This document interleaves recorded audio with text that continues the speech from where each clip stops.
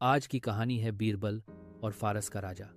एक बार फारस के राजा ने अकबर बीरबल को अपने दरबार में शाही दावत का निमंत्रण दिया। अकबर की बहादुरी के किस्से हर जगह मशहूर थे। उनके सम्मान में ही यह शाही दावत रखी गई थी। उन्होंने बड़ी प्रसन्नता से फारस के राजा का यह निमंत्रण स्वीकार किया। फारस के निवासियों ने बीरबल की हाजिर जवाबी और चतुराई के बारे में सुन रखा था। फारस के राजा ने योजना बनाई कि वे सबके बीच बीरबल की समझदारी की परख करेंगे। वे देखना चाहते थे कि क्या बीरबल वास्तव में इतने अक्लमंद हैं या ये लोग यूं ही बातें बनाया करते हैं। एक रात राजा ने अकबर और बीरबल के सम्मान में एक और शाही दावत रखी। वहां वे बीरबल से गप्पे लड़ाने लगे।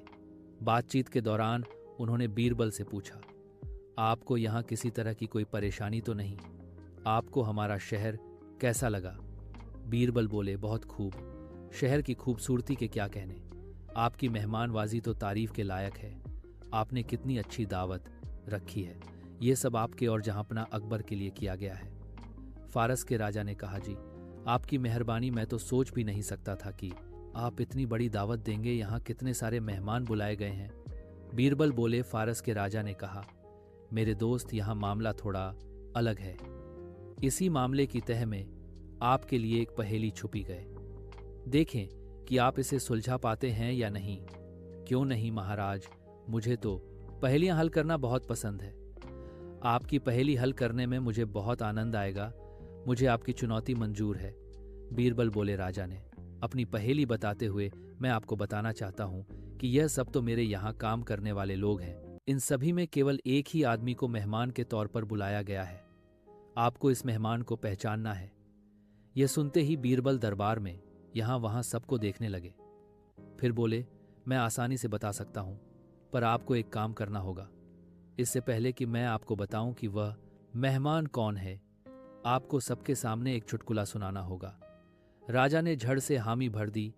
जब राजा ने चुटकुला सुना दिया तो बीरबल सीधा उस आदमी के पास जा पहुंचे जिसे मेहमान के तौर पर वहां बुलाया गया था।